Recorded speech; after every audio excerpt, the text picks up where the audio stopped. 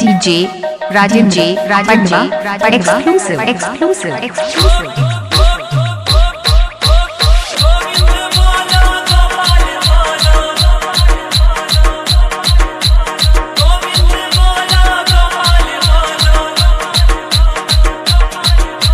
DJ Rajan J Kanha ने किया miss call कि राधा बोले hello hello.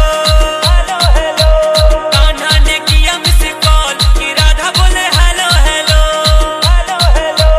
Hello hello hello hello hello hello hello hello hello hello hello hello hello hello hello hello.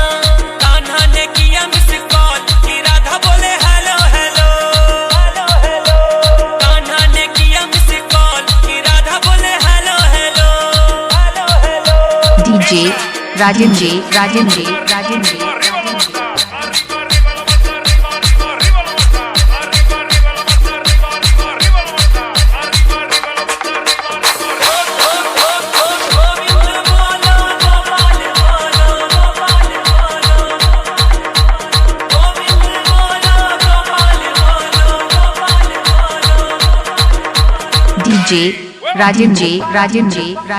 Kanha ने पूछा तुम कहाँ रहती हो। कान्हा ने पूछा तुम कहाँ रहती हो। बरसाना मेरा गाँव कि राधा बोले hello hello. Hello hello Barsana मेरा गाँव कि राधा बोले hello hello.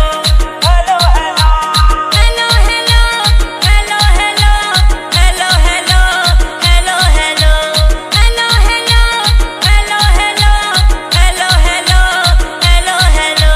DJ Rajan J Radha बोले hello hello. Hello hello Kanha ने किया मिस कॉल कि राधा बोले hello hello.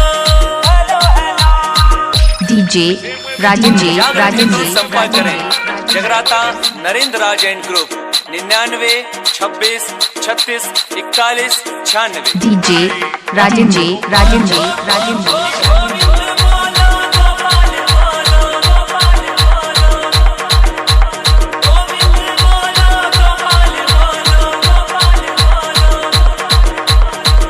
DJ Rajan J Kanha ने पूछा नाम तेरा क्या है।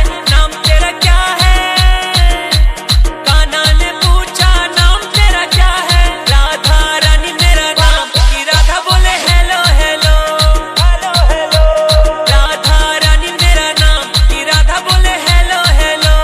Hello hello hello hello hello hello hello hello hello hello hello hello hello hello. DJ Rajan J